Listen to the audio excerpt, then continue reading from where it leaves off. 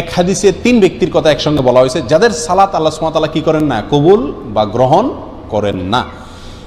আর সে হাদিসটি বর্ণিত হয়েছে সহিহ ইবনে হিব্বানে, ইবনে মাজাহ এবং আরো কয়েকটি হাদিসের কিতাবে। নবী আলাইহিস সালাম বলেছেন, সালাসাতুন লা তারতাফিউ সালাতুহুম ফাওকা রুউসিহিম শিবরা।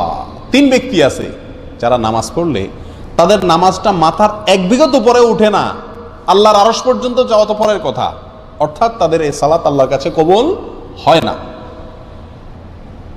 সেই লোক কারা? হতভাগা। রাজুলুন আম্মা কওমান ওয়া হুম লাহু কারিহুন। 1 নম্বর হলেন ওই ব্যক্তি যে ব্যক্তি কোন এলাকার মানুষের মসজিদের ইমাম, তিনি ইমামতি করেন অথচ মুসল্লিরা তার উপরে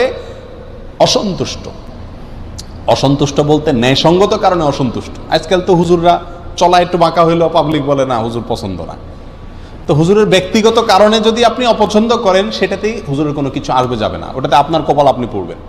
কিন্তু যদি যুক্তিসঙ্গত কারণে লোকটা বেদাতি, লোকটা খারাপ মানুষ, লোকটার ভিতরে কোনো বদভ্যাস আছে, সেই কারণে যদি পাবলিক তার প্রতি অসন্তুষ্ট থাকে, তাহলে এই ব্যক্তি জেনে শুনেও পাবলিক আমার উপর অসন্তুষ্ট, আমার কোনো চরিত্রের দোষের কারণে, তারপরেও সেই ইমামতির আসন ধরে আছে, আঁকড়ে আছে, তো এই ব্যক্তির ব্যাপারে এই কথা আসছে যে তার সালাত তার মাথার 1 বিঘত উপরেও উঠে না, অর্থাৎ আল্লাহর কাছে কবুল হয় না।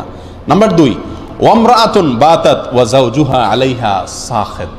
ওই মহিলা যিনি সারাটি রাত কাটিয়ে দিলেন অথচ সারা রাত তার স্বামী তার উপরে অসন্তুষ্ট। আমাদের মা বোনদের মধ্যে এই সমস্যাটা ঘরে ঘরে কম বেশ আছে।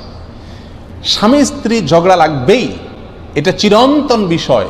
নবী আলাইহিস সালামের মতো মানুষ, তার সঙ্গে উম্মাহাতুল মুমিনিন রাদিয়াল্লাহু তাআলা আনহাদের সাথেও মনোমালিন্য তৈরি হয়েছে। নবী আলাইহিস সালাম রাগ করে মসজিদে যান নাই, বাসায় যান নাই, মসজিদে শুয়ে রয়েছেন। ওমর রাদিয়াল্লাহু তাআলা এসে মধ্যস্থতা করে মিলিয়ে দিয়েছেন। এই ঘটনা ঘটছে। উম্মাহাতুল মুমিনিন একদিকে, নবী আলাইহিস সালাম একদিকে, তাদের জীবনে যদি এটা হয় তাহলে বোঝা গেল স্বামী স্ত্রীর জীবনে ঝগড়া, কথা কাটাকাটি, ভুল বুঝাবুঝি এগুলো হবেই হবে, এর কোনো চারা নাই। পাতিল দুটো একসাথে থাকলে বাড়ি খাবেই। কিন্তু আমাদের বোনদেরকে খেয়াল করতে হবে, যেহেতু আমাকে আল্লাহর সন্তুষ্টি অর্জন করতে হবে, আমার ইবাদত আল্লাহর কাছে কবুল করাইতে হবে, অতএব রাগ করে আপনি থাকেন, কিছু সময় থাকেন, সমস্যা নাই। সারাটা রাত স্বামীর উপরে রাগ করে আপনি থাকিয়েন না, অন্তত রাতের কিছু অংশ গেলে রাগটা মিটানোর চেষ্টা করেন। যদি স্বামী অন্যায়ভাবে রাগ করে থাকে, গায়ের জোর রাগ করে, সেটা ভিন্ন কথা। যাই হোক, তাহলে দ্বিতীয় হলেন ওই স্ত্রী যিনি সারাটি রাত কাটিয়ে দিলেন অথচ তার স্বামী তার কারণে তার উপরে কি অসন্তুষ্ট। যদি স্বামী অন্যায়ভাবে অসন্তুষ্ট হয় এবং তাকে সন্তুষ্ট করার কোনো জায়গা না থাকে, গোয়ার টাইপের হয়, তাহলে ভিন্ন কথা।